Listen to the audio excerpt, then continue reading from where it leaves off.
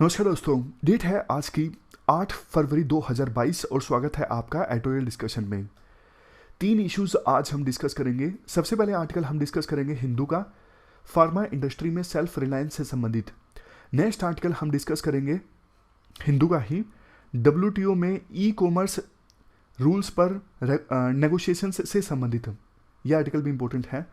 Next article Indian express का हम discuss करेंगे सी राजा मोहन का ग्रेट पावर राइवलरी से संबंधित। और डिस्कशन स्टार्ट करने से पहले एथिक्स का एक question. Falsehood takes the place of truth when it results into unblemished common good. Thirukkural ने यह बात कही थी, उनका ये कोट है। अनब्लेमिश्ड का मतलब क्या होता है? बेदाग। कॉमन गुड मतलब common interest, public interest, society का भला। झूठ जो है वो सच की जगह ले लेता है अगर झूठ से सोसाइटी का भला होता हो। ये बात कही थी थिरुकुरल ने। कोई एग्जाम्पल आपको याद आ रहा है? क्या लिखोगे? मतलब कोई ऐसा एग्जाम्पल याद करने की कोशिश कीजिए। झूठ है, आपको पता है साफ साफ चीज वो झूठ है, लेकिन उससे समाज का भला हो रहा है, तो इस वजह से वो चीज चलती जा रही है। यानी झूठ ने सच का स्थान ले लिया है और लोग उसे एक्सेप्टेबल भी अब मानने लगे हैं। सोच के देखिए, कोई एग्जाम्पल आपके ध्यान में आता हो जो चीज़ झूठ है लेकिन फिर भी उससे सोसाइटी का भला हो रहा है। एक सिंपल एग्जाम्पल देखो, कास्ट सिस्टम का हो सकता है। कास्ट सिस्टम के बहुत सारे बेनिफिट होते हैं। कास्ट सिस्टम से मोबिलाइजेशन होता है, लोगों में जागरूकता आती है, एम्पावरमेंट आती है। सोशियोलॉजी के स्टूडेंट्स आपको बता सकते हैं कि कास्ट सिस्टम के बहुत सारे फायदे होते हैं। यानी सोशियोलॉजिस्ट कहते हैं कि कास्ट सिस्टम से सोसाइटी का भला होता है। लेकिन देखो, वास्तव में आपको भी पता है कास्ट सिस्टम की वजह से कुछ लोगों का कितना ज़्यादा ऑपरेशन हुआ है, समाज कितना ज़्यादा बटा है टुकड़ों में, बहुत ज़्यादा इनजस्टिस, अन्याय हुआ है कुछ लोगों के साथ, और सोसाइटी में इंस्टेबिलिटी आई है। तो कास्ट सिस्टम एक एग्जाम्पल है। सोसाइटी का बेनिफिट हुआ है, लेकिन ये एक झूठ है और इसने सच की जगह ले ली है। और कोई एग्जांपल डिस्कस कीजिए। देखो, यूपी में एनकाउंटर्स काफ़ी ज़्यादा हुए हैं, लेकिन कुछ थ्योरीज ये कहती हैं, कुछ स्टोरीज ये कहती हैं, बहुत सारे उनमें फर्जी एनकाउंटर्स भी हैं और आंकड़े को बढ़ा चढ़ा के बताया गया है। अब देखो, एनकाउंटर्स को बढ़ा चढ़ा के बताया जाता है तो वो इसलिए बताया जाता है कि क्रिमिनल्स में डर पैदा किया जा सके कि देखो इतने सारे एनकाउंटर्स ऑलरेडी हो चुके हैं और आपका भी हो जाएगा अगर आप क्राइम का रास्ता नहीं छोड़ोगे। अब देखो, वैसे एनकाउंटर्स उतने नहीं हुए होते, झूठ होता है, लेकिन फिर भी सोसाइटी का भला होता है, क्राइम कम होता है, तो धीरे धीरे वो झूठ जो है वो सच की शक्ल ले लेता है। ये काइंड ऑफ देखो वही है जो हमने डिस्कस किया था, मीन्स एंड एक्शंस, मतलब मीन्स एंड एंड्स, जो टेलीलॉजिकल अप्रोच है, जो कहती है अगर सोसाइटी का भला होता है तो एक्शन में सच हो या झूठ हो कुछ फर्क नहीं पड़ता। याद कीजिए टेलीलॉजिकल अप्रोच क्या कहती थी? यही तो कहती थी, कंसिक्वेंशियल अप्रोच। रिजल्ट अच्छा होना चाहिए, एक्शंस कैसे भी हों, मीन्स कैसे भी हों, कुछ फर्क नहीं पड़ता। लेकिन देखो, आप इसको पूरी तरह से जस्टिफाई नहीं करोगे। आप बताओगे कि कुछ समय तक तो ठीक है, लेकिन हमेशा हमेशा के लिए हम ये नहीं कह सकते कि सोसाइटी का भला होगा ही। झूठ झूठ होता है, सच सच होता है। आज नहीं तो कल सच सामने आएगा ही, झूठ सामने आएगा ही। चाहे वो यूपी के एनकाउंटर के केसेस हो या फिर कास्ट सिस्टम हो, आगे जाके कभी ना कभी दूध का दूध पानी का पानी हो जाएगा, यानी सच सामने आ जाएगा और झूठ भी सामने आ जाएगा। इस प्रकार से आप ये सब चीज़ें लिख सकते हो इस क्वेश्चन के आंसर में। फर्स्ट इंपॉर्टेंट आर्टिकल, हमारे देश में फार्मा इंडस्ट्री में सेल्फ रिलायंस से संबंधित है। सेल्फ रिलायंस मतलब आत्मनिर्भरता। आप जीएस पेपर 3 के इस टॉपिक से आर्टिकल को रिलेट कर सकते हो। देखो, आपको याद होगा जब कोविड-19 की महामारी आई थी ना, तो विभिन्न देशों में लॉकडाउन लग गया था। लॉकडाउन लगने की वजह से हमारे देश में बहुत सी कंपनीज अलग अलग सेक्टर्स में, बहुत सी फैक्ट्रीज दूसरे देशों से माल नहीं इंपोर्ट कर पा रही थी। ऐसी सिचुएशन में देश में अलग अलग सेक्टर्स में बहुत सारी कंपनीज और बहुत सारी फैक्ट्रीज की प्रोडक्शन तो प्रभावित हुई ही, इसके साथ साथ कंज्यूमर्स को भी परेशानी का सामना करना पड़ा। क्वेश्चन उठता है कैसे? देखो, आप एक बात बताओ, हमारे देश में अगर कोई कंपनी रॉ मटेरियल इंपोर्ट करती है दूसरे देश से और उस रॉ मटेरियल की सहायता से फाइनल प्रोडक्ट मैन्युफैक्चर करती है। लेकिन लॉकडाउन लगने के कारण वो कंपनी दूसरे देशों से रॉ मटेरियल ही नहीं इंपोर्ट कर पाई, तो कैसे वो फाइनल प्रोडक्ट को मैन्युफैक्चर करेगी और कैसे कंज्यूमर उस फाइनल प्रोडक्ट को कंज्यूम करेगा। मतलब ये है, सिंपल भाषा में अगर बोलूं तो हमारे देश में बहुत सारी कंपनीज ऐसी हैं जो रॉ मटेरियल के लिए दूसरे देशों पर डिपेंड करती हैं। अगर दूसरे देश वो रॉ मटेरियल हमें देने से मना कर देना तो हमारे देश की कंपनीज की प्रोडक्शन जो है वो प्रभावित हो जाएगी। सरकार ने ये बात समझ ली, सरकार को समझ में आ गया। कल को देखो चाइना जैसे देश, हमारी जो निर्भरता है चाइना के ऊपर काफ़ी सारे क्रिटिकल प्रोडक्ट्स के लिए, चाइना उसे एज ए वेपन के तौर पे इस्तेमाल कर सकता है, यानी इंडिया को देने से मना कर सकता है अगर टेंशन्स क्रिएट हो गई दोनों देशों के बीच में। तो सरकार को लगा हम देखो जो क्रिटिकल और इंपॉर्टेंट चीज़ें हैं जिनकी देश को आवश्यकता है उसके लिए हम दूसरे देशों के ऊपर डिपेंड नहीं हो सकते, इसलिए हम एक कैंपेन लॉन्च करते हैं, आत्मनिर्भर भारत प्रोग्राम। इस प्रोग्राम के अंदर हम स्कीम्स चलाएंगे वेरियस, ताकि जिन क्रिटिकल प्रोडक्ट्स के लिए अभी हम दूसरे देशों के ऊपर डिपेंड हैं उस डिपेंडेंस को कम किया जा सके। उन्हीं में से एक सेक्टर है फार्मास्यूटिकल सेक्टर। आज के समय में देखो आपको पता है इंडिया को पूरे वर्ल्ड का फार्मास्यूटिकल हब कहा जाता है, बट आपको यह भी पता है कि ड्रग मैन्युफैक्चरिंग में जो रॉ मटेरियल का इस्तेमाल होता है ना, जैसे एपीआईज, एक्टिव फार्मास्यूटिकल इंग्रेडिएंट्स, ये बायोलॉजिकल एक्टिव रॉ मटेरियल होता है, ड्रग इंटरमीडिएट्स, की स्टार्टिंग मटेरियल्स। आप सिंपल भाषा में मानिए ये जो तीनों टर्म्स है ना, ये एक प्रकार से ड्रग मैन्युफैक्चरिंग में इस्तेमाल होने वाले रॉ मटेरियल हैं, कच्चा माल है। इन्हीं की सहायता से फाइनल टेबलेट बनती है, फाइनल ड्रग मैन्युफैक्चर होती है। बट दिक्कत ये है इंडिया के पास ये रॉ मटेरियल नहीं है, इंडिया में ये रॉ मटेरियल मैन्युफैक्चरिंग नहीं होता है। इंडिया दूसरे देशों से ये रॉ मटेरियल इंपोर्ट करता है, खास करके चाइना से। लेकिन घूम फिर के बात देखो वहीं आ जाती है, कल को अगर चाइना हमें ये कच्चा माल देने से मना कर दे तो हमारे देश में ड्रग मैन्युफैक्चरिंग जो है वो प्रभावित होगी। इसी वजह से तो सरकार ने ये कैंपेन लॉन्च किया था, आत्मनिर्भर भारत प्रोग्राम। इस कैंपेन के दौरान देखो सरकार ने एक स्कीम लॉन्च की थी, production linked incentive scheme. Production linked incentive scheme में क्या होता है, सरकार देखो अगर किसी इंडस्ट्री के लिए ये स्कीम लॉन्च करती है ना, किसी इंडस्ट्री के लिए या फिर किसी प्रोडक्ट के लिए, सरकार कहती है आप देश की डोमेस्टिक यूनिट्स में वो प्रोडक्ट मैन्युफैक्चर कीजिए और उस प्रोडक्ट की जैसे जैसे सेल इंक्रीज होगी ना, हम आपको इंसेंटिव देंगे। जैसे ये स्कीम सरकार ने शुरू में इलेक्ट्रॉनिक आइटम्स के लिए लॉन्च की थी, लेकिन अब काफ़ी सारे सेक्टर्स के लिए सरकार ने ये स्कीम एक्सटेंड कर दी है। इवन फार्मा सेक्टर के लिए भी सरकार कहती है आप एपीआईज यानी एक्टिव फार्मास्यूटिकल इंग्रेडिएंट्स हमारे देश में मैन्युफैक्चर कीजिए और जैसे जैसे इनकी सेल होगी ना, हम आपको इंसेंटिव देंगे। ये स्कीम सरकार खास करके उन प्रोडक्ट्स के लिए लॉन्च करती है जिसके लिए सरकार चाहती है जिनकी मैन्युफैक्चरिंग इंडिया में हो। सरकार चाहती है कि जो प्रोडक्ट इंडिया से एक्सपोर्ट हो दूसरे देश में, उन प्रोडक्ट्स के लिए सरकार ये स्कीम लॉन्च करती है। और ऐसी ही स्कीम सरकार ने फार्मास्यूटिकल इंडस्ट्री के लिए लॉन्च की थी, ताकि एपीआईज, ड्रग इंटरमीडिएट्स और की स्टार्टिंग मटेरियल ये सब इंडिया में ही प्रोड्यूस हो और इनके लिए इंडिया दूसरे देशों पर ना डिपेंड करे, खास करके चाइना पर। लेकिन देखो राइटर ये कहते हैं ये जो प्रोडक्शन लिंक्ड इंसेंटिव स्कीम सरकार ने फार्मा इंडस्ट्री के लिए लॉन्च की थी ना, इसका रिस्पॉन्स ठीक ठाक नहीं रहा है। ये कुछ डेटा है, ये सिर्फ समझने के लिए है। जैसे 239 एप्लीकेशंस आई, जबकि फर्म्स हैं 3239 एप्लीकेशंस में सिलेक्ट हुई सिर्फ 61 में से भी 11 लोगों ने अपने नाम वापस ले लिए और लास्ट में बेनिफिशरीज बने सिर्फ 50 फर्म्स, जबकि मैक्सिमम 136 बेनिफिशरीज हो सकते थे। और 41 प्रोडक्ट्स के लिए सरकार ने ये स्कीम लॉन्च की थी। 5 प्रोडक्ट्स तो ऐसे हैं जिनके एपीआईज को मैन्युफैक्चर करने के लिए कोई भी सामने नहीं आया।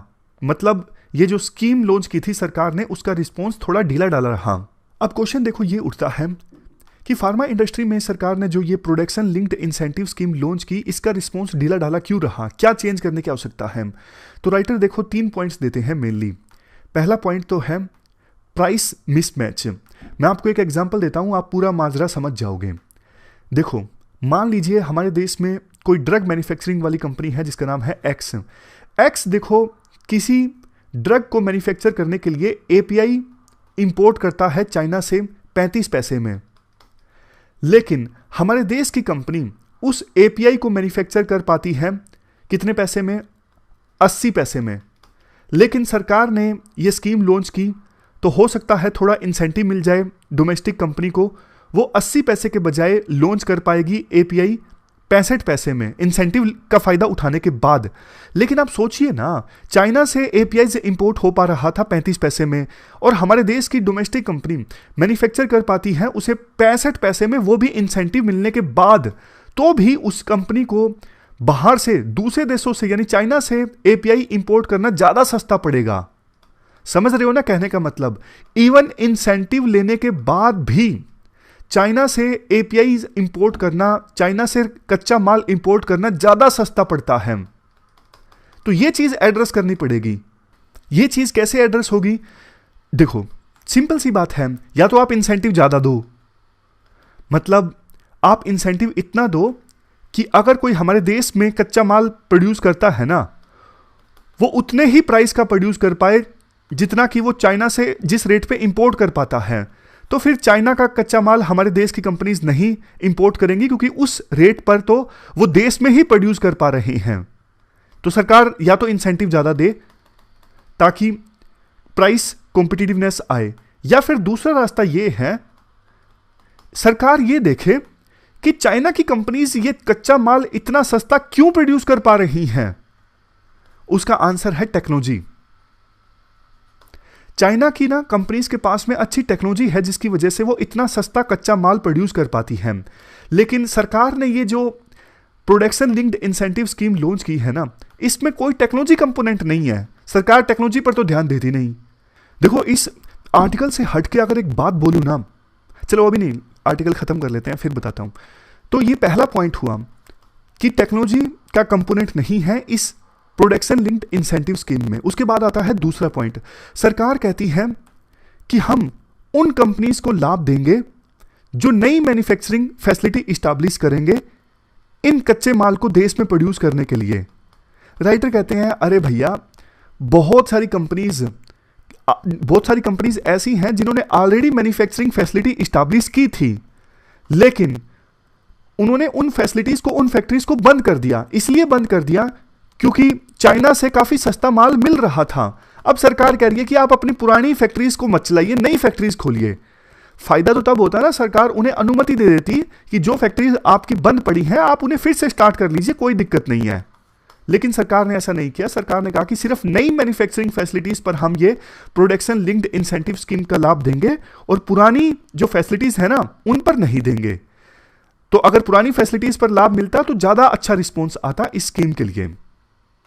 इसके बाद आता है तीसरा पॉइंट। तीसरे पॉइंट में राइटर ये कहते हैं, देखो हमारे देश में जो फार्मास्यूटिकल इंडस्ट्री है ना वो अच्छे से इसलिए डेवलप हो पाई क्योंकि हमारे देश में trade policy, science and technology policy और इंडस्ट्रियल पॉलिसी ये सब कोऑर्डिनेशन में होती है फार्मास्यूटिकल इंडस्ट्री के साथ, यानी सिंक्रोनाइजेशन होता है इन सभी पॉलिसीज के बीच में। लेकिन सरकार ने ये production linked incentive scheme launch की है ना, ये बाकी पॉलिसीज से अभी कनेक्टेड नहीं है।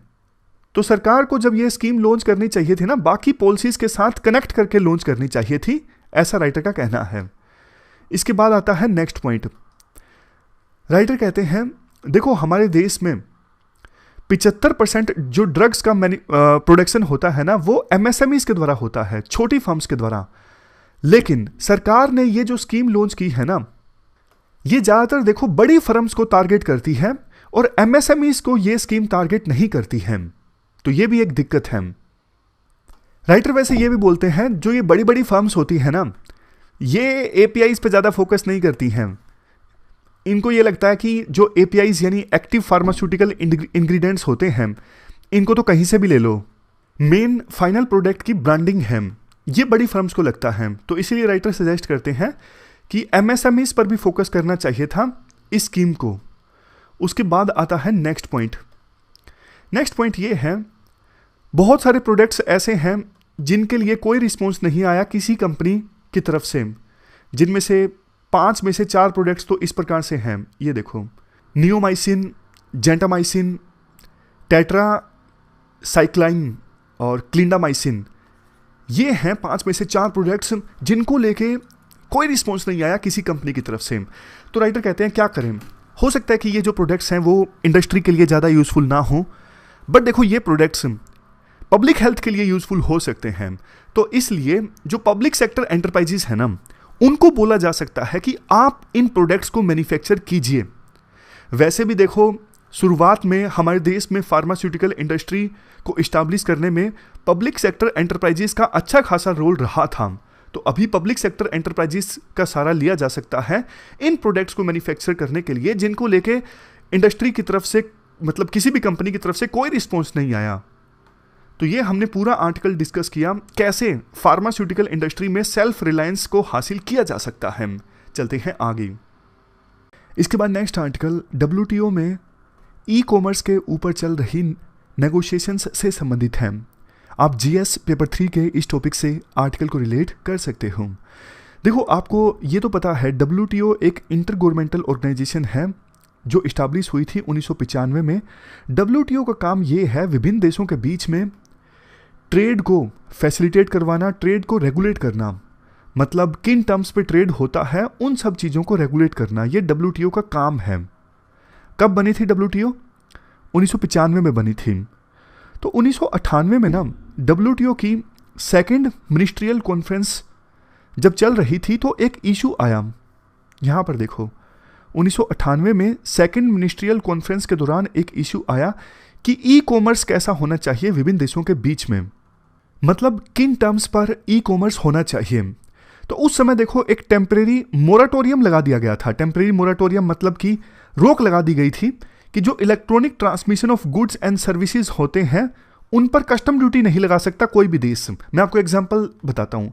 देखो आप कोई मूवी डाउनलोड करते हो USA की कंपनी से, या फिर गेम डाउनलोड करते हो, या फिर कोई सर्विस लेते हो, तो उस पर ना हमारे देश की सरकार कस्टम ड्यूटी नहीं लगा सकती। वैसे देखो कोई किताब आप मंगवाते हो, कार मंगवाते हो दूसरे देश से, कार लैंड बॉर्डर के थ्रू या फिर कोस्टल रूट के थ्रू आती है, प्रॉपर उस पर कस्टम ड्यूटी लगती है, फिर आपको वो कार या फिर बुक मिलती है। लेकिन जो electronic transmission of goods and services होता है ना, उस पर विभिन्न देश कस्टम ड्यूटी नहीं लगा सकते। ये तय हुआ था 1998 में सेकेंड मिनिस्ट्रियल कॉन्फ्रेंस के दौरान। लेकिन देखो वो जो मोराटोरियम लगाया था ना, वो जो रोक लगाई थी ना कि इलेक्ट्रॉनिक जो ट्रांसमिशन होता है गुड्स एंड सर्विसेज का, जैसे आप मूवी गेम डाउनलोड करते हो, इस पे कस्टम ड्यूटी नहीं लगा सकते, वो रोक लगी तो थोड़े समय के लिए थी, लेकिन वो आज भी चली आ रही है। तो जो डेवलपिंग कंट्रीज हैं, खास करके इंडिया, साउथ अफ्रीका, ये बोलते हैं कि अरे भैया हमें कितना रेवेन्यू का नुकसान होता है, आप इस प्रकार से जो इलेक्ट्रॉनिक ट्रांसमिशन होता है गुड्स एंड सर्विसेज का उस पर कस्टम ड्यूटी नहीं लगाने देते, इससे हमें बहुत नुकसान हो रहा है, हमें रेवेन्यू नहीं मिल रहा है। लेकिन कोई final agreement e commerce regulation से संबंधित हो ही नहीं रहा है। तो 2017 में क्या हुआ, 2017 में 70 के आसपास देशों ने मिलकर एक इनिशिएटिव स्टार्ट किया, JSI, जॉइंट स्टेटमेंट इनिशिएटिव। यह दिसंबर 2017 में आया था। ये इनिशिएटिव इसलिए आया था कि ई कॉमर्स के जो ट्रेड रिलेटेड एस्पेक्ट्स है ना, उन पर किसी प्रकार का एग्रीमेंट किया जा सके, उन पर किसी प्रकार की सहमति बनाई जा सके। 2019 में और भी देश शामिल हो गए इस जॉइंट स्टेटमेंट इनिशिएटिव में। मकसद इस इनिशिएटिव का यही था कि ई कॉमर्स के ट्रेड रिलेटेड एस्पेक्ट्स पर किसी प्रकार का एग्रीमेंट साइन करना। शुरू में 71 कंट्रीज थे, लेकिन बाद में 2019 में कुछ और देश भी आ गए। कुछ देश तो ऐसे हैं जो इस इनिशिएटिव के मेन ऑब्जेक्टिव से, मेन जो इनका विजन है उससे इत्तेफाक नहीं रखते हैं, जैसे चाइना, इंडोनेशिया जैसे देश। वो भी इस इनिशिएटिव में शामिल इसलिए हो गए हैं क्योंकि उनको लगता है कि इनिशिएटिव के अंदर शामिल होकर हम इनिशिएटिव के विजन का विरोध करेंगे। जैसे याद कीजिए वो आज़ादी की लड़ाई जब लड़ रहे थे तो कुछ लीडर्स का ये कहना था कि हम लेजिस्लेचर के अंदर जाके विरोध करेंगे। उसी प्रकार से चाइना, इंडोनेशिया जैसे देशों को लगता है कि ये इनिशिएटिव तो अच्छा नहीं है, लेकिन इसके अंदर जाके हम इस इनिशिएटिव के विजन का विरोध करेंगे। जबकि दूसरी साइड है इंडिया और साउथ अफ्रीका जैसे देश जो कहते हैं कि हम इस इनिशिएटिव से बाहर रह के इस इनिशिएटिव के जो ऑब्जेक्टिव है उसका विरोध करेंगे। वैसे देखो ये जो इनिशिएटिव है ना, जॉइंट स्टेटमेंट इनिशिएटिव, इसमें जो मेंबर्स हैं वो ग्लोबल ट्रेड में 90% कंट्रीब्यूट करते हैं, बट WTO में अब आज भी आधे से ज़्यादा जो मेंबर्स हैं वो इन नेगोशिएशंस का पार्ट नहीं है, यानी इस इनिशिएटिव का पार्ट नहीं है। इंडिया और साउथ अफ्रीका तो ये भी कहना है कि WTO का देखो एसेंस ही ये है कि हर एक देश, चाहे गरीब हो अमीर हो, हर एक देश का एक वोट है और वो वोट मायने रखता है। लेकिन ये जो इनिशिएटिव है ना, वो WTO के एसेंस को चैलेंज करता है, एक कंट्री एक वोट। अगर आपको इसी प्रकार से कुछ देशों को मिला के अगर नेगोशिएशन करनी है ई कॉमर्स रेगुलेशन से संबंधित, तो आप WTO के दायरे से बाहर जाके भी इस प्रकार की नेगोशिएशन कर सकते हो ना। WTO के अंदर क्यों कर रहे हो? WTO के अंदर तो एक कंट्री एक वोट वाला परंपरा है। WTO में तो कंसेंसस वाली परंपरा है कि सभी देश मिल के सहमति बनाएंगे। इसके बाद राइटर बोलते हैं, देखो बहुत सारे इश्यूज हैं जिनको लेके डेवलप्ड और डेवलपिंग कंट्रीज के बीच में डिसएग्रीमेंट है, जिनमें से देखो सबसे पहला है international rules regarding free flow of data across borders. आपको पता है इंडिया जैसे जो डेवलपिंग कंट्रीज हैं उन्होंने देखो डेटा लोकलाइजेशन संबंधित रूल्स वो लेकर आए हैं ताकि विदेशी कंपनीज जैसे USA की कंपनीज हैं वो इंडिया से डेटा उठाती हैं तो उनको इंडिया में स्टोर करके रखें। लेकिन ये जो कंपनीज है ना, जॉइंट स्टेटमेंट इनिशिएटिव में जो देश शामिल हैं, वो ये चाहते हैं कि इस प्रकार से डेटा लोकलाइजेशन की जो कंडीशन है ना, इसकी वजह से ई कॉमर्स करना थोड़ा मुश्किल है। हमारे देश में RBI 2018 में फाइनेंशियल डेटा लोकलाइजेशन इनिशिएटिव लेके आई थी। मास्टर कार्ड और अमेरिकन एक्सप्रेस है, इन्होंने मना कर दिया था तो RBI ने इनको रोक दिया था नए कार्ड्स इशू करने से। तो ये इशू हमारे लिए काफ़ी ज़्यादा इंपॉर्टेंट है डेटा लोकलाइजेशन का। इसके बाद दूसरा इशू आता है सोर्स कोड का। इंडिया जैसे डेवलपिंग कंट्रीज ये चाहते हैं कि जो ये मल्टीनेशनल कंपनीज है ना, जैसे Amazon, Facebook, Twitter, ये अपना सोर्स कोड जरूर बताएं। सोर्स कोड इसलिए बताएं, मतलब कैसे ये कंपनीज काम करती हैं, प्रोग्रामिंग कैसे है, उससे ना एल्गोरिथम का पता लग सके कि ये इनका जो एल्गोरिथम है ना वो ट्रांसपेरेंट है, किसी प्रकार की धांधलेबाजी ये अपने एल्गोरिथम में नहीं करते हैं। ये मांग है इंडिया जैसे डेवलपिंग कंट्रीज की। जबकि डेवलप कंट्रीज ये बोलते हैं हम आपको सोर्स कोड बता देंगे, अगर हमारी कंपनीज आपको सोर्स कोड बता देंगी फिर तो रहा ही क्या। मतलब वो इतनी मेहनत से इनोवेशन करें और आपको सोर्स कोड बता दें तो आप तो उस सोर्स कोड का इस्तेमाल करके आप अपनी कंपनीज खड़ी कर दो। ये डेवलप कंट्रीज का कहना है। जबकि डेवलपिंग कंट्रीज ये बोलते हैं भैया सोर्स कोड हम इसलिए मांग रहे हैं क्योंकि आपकी कंपनीज का जो एल्गोरिथम है ना, फेसबुक क्या एल्गोरिथम यूज करती है, ट्विटर क्या एल्गोरिथम यूज करती है, हमें वो पता करना है ताकि गलत एल्गोरिथम ना हो, किसी प्रकार का एल्गोरिथम में कोई कमी ना हो जिसकी वजह से हमारे देश में डिस्क्रिमिनेशन हो कंज्यूमर्स के बीच में या फिर कुछ और नुकसान हो। देखो ये जो डिबेट है ना, कुछ वही डिबेट है जो पहले चला करती थी कॉलोनिज्म के समय में। कॉलोनिज्म के समय में क्या हुआ करता था, जो ये डेवलप कंट्रीज थे यूके जैसे, वो इंडिया जैसे देशों से कच्चा माल इंपोर्ट करते थे और फाइनल प्रोडक्ट्स को मैन्युफैक्चर करते थे। आज के समय में वो ना इंडिया जैसे देशों से डेटा ले रहे हैं और उस डेटा का इस्तेमाल कर रहे हैं, मतलब और ज़्यादा इन्फ्लुएंस जमाने के लिए डेवलपिंग कंट्रीज़ के ऊपर। जबकि डेवलपिंग कंट्रीज़ ये बोल रहे हैं भैया हमें हमारे डेटा पर सोवरेनिटी चाहिए, हमारे देश से जो डेटा इकट्ठा हुआ है ना उस पर हमारे देश का हक है, उसको कैसे यूज़ किया जाए वो हम डिसाइड करेंगे ना कि आप। तो ये डिबेट है डेटा सोवरेनिटी मतलब वर्सेस डेटा कॉलोनिज्म। आज के समय में देखो India as a digital economy evolve कर रहा है, बहुत सारी चीज़ें अभी इंडिया में आनी है, जैसे surveillance reforms, personal data protection का कानून नहीं आया है, एल्गोरिथम गवर्नेंस नहीं आई है, नॉन पर्सनल डेटा रेगुलेशन, ये सब चीज़ें इंडिया में आएंगी अभी। तो ऐसा ना हो कि WTO में ई कॉमर्स से संबंधित जो नेगोशिएशन चल रही है ना, फाइनल एग्रीमेंट इस प्रकार का साइन हो जाए कि इंडिया की जो पकड़ है ना इन सब इश्यूज पर कमज़ोर हो जाए। इसलिए ये जो नेगोशिएशन है WTO में चल रही है ई कॉमर्स संबंधित, ये इंडिया के इंटरेस्ट के लिए काफ़ी ज़्यादा इंपॉर्टेंट है। पहले देखो RCEP में इंडिया काफ़ी सालों तक नेगोशिएशन करता रहा लेकिन फाइनल हिस्सा नहीं बन सका, और भी काफ़ी एग्रीमेंट्स हैं जिनका हिस्सा इंडिया नहीं बन सका। इंडिया पूरी तरह से बाहर भी नहीं रह सकता, बाहर रहेगा तो अलग थलग पड़ जाएगा। तो इंडिया के पास क्या रास्ता है? इंडिया के पास देखो 2-3 रास्ते ये हैं कि एग्रीमेंट में इंडिया शामिल हो जाए ई कॉमर्स के ऊपर, लेकिन इंडिया ये बात मनवा ले कि कुछ एक्सेप्शंस हों ई कॉमर्स से संबंधित। मतलब जब लेजिटिमेट पब्लिक पॉलिसी ऑब्जेक्टिव की बात आए या फिर सिक्योरिटी इंटरेस्ट की बात आए, तब हम उस एग्रीमेंट को नहीं मानेंगे। इस प्रकार का प्रोविजन इंडिया करवा सकता है। समझ गए? तो फिर इंडिया के पास एक स्कोप रहेगा कि कब उस एग्रीमेंट को नहीं मानना है, जब ये चीजें लिखी हों कि कुछ एक्सेप्शंस हैं एग्रीमेंट में, जब पब्लिक इंटरेस्ट की बात आए या फिर एसेंशियल सिक्योरिटी इंटरेस्ट की बात आए। या फिर एक दूसरा रास्ता इंडिया के पास ये है जो डिजिटल इकोनॉमी पार्टनरशिप एग्रीमेंट में था। इसमें क्या था? इसमें देखो एक प्रोविजन ये था कि आप एग्रीमेंट में जो जो मॉड्यूल्स को मानना चाहो तो मान सकते हो, जिसको इग्नोर करना चाहो इग्नोर कर सकते हो। तो ई कॉमर्स पे एग्रीमेंट तो हो जाए, लेकिन उसमें छूट हो कि कौन सा देश ई कॉमर्स एग्रीमेंट के अंदर कौन से मॉड्यूल को मानना चाहता है। लास्ट में राइटर यही बोलते हैं, इंडिया देखो ऐसा भी नहीं कि पूरी तरह से नेगोशिएशन से बाहर हो जाए और ऐसा भी नहीं कि सरेंडर कर दे।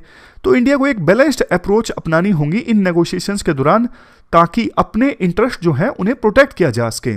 तो ये पूरा आर्टिकल हमने डिस्कस किया। चलते हैं आगे। इसके बाद नेक्स्ट आर्टिकल सी राजा मोहन का इंडियन एक्सप्रेस से ग्रेट पावर राइवलरी से संबंधित है। आप जीएस पेपर सेकंड के इस टॉपिक से आर्टिकल को रिलेट कर सकते हो। क्या कंटेक्स्ट है? कंटेक्स्ट तो देखो क्या ही है, राइवलरी तो ग्रेट पावर्स के बीच में चल ही रही है। पिछले हफ्ते रशिया के राष्ट्रपति पुतिन और चाइना के राष्ट्रपति शी जिनपिंग के बीच में एक समिट ऑर्गेनाइज हुआ, जिसमें दोनों देशों ने अपने बीच की दोस्ती को यूएसए के अगेंस्ट एक यूनाइटेड फ्रंट के तौर पे प्रेजेंट किया। ये कहा गया समिट में कि दोनों देशों के बीच जो दोस्ती है ना, फ्रेंडशिप है, इसकी कोई लिमिट नहीं है, कोई एरिया नहीं है जहां पे दोनों देश कोऑपरेट ना करें। तो मतलब इतनी गहरी दोस्ती है चाइना और रशिया के बीच में। अब इस हफ्ते जर्मनी के चांसलर यूएसए की यात्रा पर जाएंगे और वहां पर उनके ऊपर दबाव होगा ये बोलने का कि भैया हम नाटो के साथ में हैं, रशिया के अगेंस्ट हम रशिया के ऊपर सॉफ्ट नहीं है। समझ गए? तो ये बेसिक कंटेक्स्ट है जिसमें हम ये आर्टिकल डिस्कस कर रहे हैं। अब इसके बाद राइटर ना पॉइंट रेज करते हैं। देखो सबसे पहले तो ये समझ लो, जो लोग आज ये बोल रहे हैं ना कि चाइना और रशिया के बीच दोस्ती बहुत ज़्यादा गहरी है, इनके बीच में दरार नहीं आ सकती, उनको थोड़ा इतिहास से सीखना चाहिए। चाइना और रशिया के बीच की दोस्ती है ना, ये साइन वेव की तरह ऊपर नीचे जाती रहती है। 1950s में ये अलाय थे ज़बरदस्त, लेकिन 1960s में और 70s में दुश्मन बन गए, लेकिन 2000s में फिर से दोस्त बन गए। तो आने वाले समय में भी सिचुएशन के हिसाब से इनकी दोस्ती में दरार आ जाएगी, आप देख लीजिएगा। मतलब राइटर इतना श्योर होकर नहीं कहते हैं, लेकिन उनका कहने का मतलब यही है कि इनकी दोस्ती जो है हमेशा कांस्टेंट नहीं रहती है, कभी ऊपर कभी नीचे इनकी दोस्ती चलती रहती है। अब ये दोनों ना अपने यूनाइटेड फ्रंट का इस्तेमाल कर रहे हैं, मतलब यूएसए को दिखा रहे हैं कि देखो हम दोनों एक हैं। तो इस दोस्ती का ये दोनों देश ना फायदा उठाना चाहते हैं यूएसए पर प्रेशर डालने के लिए, यूएसए से अपनी बात मनवाने के लिए। जैसे यूरोप में आपको पता है रशिया अपना इन्फ्लुएंस जमाना चाहता है, जो उसका कोल्ड वार के समय था। तो रशिया चाइना के साथ दोस्ती दिखा के यूएसए को बोलना चाहता है कि आप हमारी डिमांड्स मान लीजिए, अगर अदरवाइज आपको दिक्कत होगी। मांगे उनकी क्या है? मांगे उनकी यही है कि नाटो को आप एक्सपेंड मत करो, नाटो में आप यूक्रेन, जॉर्जिया इन देशों को मत शामिल करो, और नाटो का ईस्टवर्ड एक्सपेंशन मत करो आप यूरोप में। ये इसकी मांगे हैं। तो अगर रशिया और चाइना के बीच में दोस्ती ज़्यादा गहरी होती है ना, तो ये दो देश यूएसए से अपनी मांगे मनवा सकते हैं। बट सी राजा मोहन को ये लगता है कि ये दोनों देश ना भ्रम में हैं। भ्रम में इसलिए है कि यूएसए आज भी इन दोनों देशों से ज़्यादा ताकतवर है। अगर ये दो देश मिल भी जाए ना, तो भी यूएसए ज़्यादा ताकतवर है। आपको लगेगा ऐसे कैसे, इतना भी ताकतवर यूएसए नहीं है। देखो आज के समय में ना टॉप आप 10 वर्ल्ड की इकोनॉमीज उठा के देख लीजिए। वर्ल्ड की जो आज के समय में टॉप 10 इकोनॉमीज है ना, उनमें रशिया का नाम ही नहीं है। और ज़्यादातर जो टॉप 10 इकोनॉमीज है ना, उनमें वो देश हैं जो यूएसए के अलाय कंट्रीज हैं, यूएसए के दोस्त हैं, जैसे जापान, जर्मनी, यूके, फ्रांस, ये सारे यूएसए के मित्र देश हैं ना। तो यूएसए को कम करके आंकना ये ठीक नहीं है। यूएसए के पास आज भी इनफ मिलिट्री रिसोर्सेज हैं कि यूएसए मॉस्को और बीजिंग दोनों का एक साथ मुकाबला कर सकता है। इवन 1970s में भी ये बात बहुत बोली जा रही थी कि यूएसए अब डिक्लाइन कर गया है, लेकिन यूएसए एक ऐसी पावर है, जो हमारे विदेश मंत्री ने भी एक बार बोला था, अमेजिंगली रिजिलियंट पावर है यूएसए। यूएसए को अपने आप को री इन्वेंट करना आता है। अभी कुछ एक्सपर्ट्स को ये लगता है कि यूएसए जो है वो अफगानिस्तान में युद्ध हार गया। यूएसए युद्ध हारा नहीं, यूएसए ने अपनी प्रायोरिटीज चेंज की हैं। यूएसए को अभी लगता है कि हमें अभी ग्रेट पावर्स पे फोकस करना चाहिए, मतलब रशिया, चाइना, इन देशों पे फोकस करना चाहिए, ना कि अफगानिस्तान पे। तो एक कदम यूएसए ने पीछे लिया है। इसका मतलब ये नहीं है कि वो डर के भाग गया है, बल्कि देखो चाइना और रशिया, इन देशों के कुछ कदम खुद ही यूएसए को हेल्प कर रहे हैं री इन्वेंट करने में। जैसे रशिया जो अपने आप को असर्ट कर रहा है ना, इसकी वजह से हमने पहले भी ये डिस्कस किया था, नाटो जो ऑर्गेनाइजेशन है पहले ठंडे बस्ते में पड़ी थी। ट्रंप ने तो नाटो को बंद करने की बात बोल दी थी, लेकिन नाटो फिर से एक्टिव हो गई है। क्यों? क्योंकि रशिया यूक्रेन के ऊपर अटैक करने वाला है, ऐसी संभावना है। चाइना का आप देख लीजिए, चाइना एशिया में अग्रेसिवनेस शो कर रहा है, उसकी वजह से इंडिया जैसे देश आज यूएसए के काफी करीब चले गए हैं।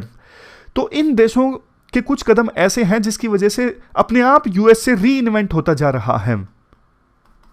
लेकिन बट देखो, इंडिया के संदर्भ में अगर बात करें ना हम, इंडिया के लिए सिचुएशन आने वाले समय में डिफिकल्ट होने वाली है, क्योंकि जर्मनी जैसे देश जो चाहते थे कि हम एक ब्रिज का काम करें, मीडिएटर का काम करें, यूएसए एक तरफ, रशिया चाइना दूसरी तरफ, उन देशों को ही मजबूर होना पड़ रहा है यूएसए के साथ खड़ा होने के लिए। तो इंडिया जैसे देश जो बहुत बार स्टैंड नहीं ले पाते, बीच में खड़ा होना चाहते हैं, मुश्किल हो जाएगा इंडिया जैसे देशों के लिए बीच में खड़ा होना।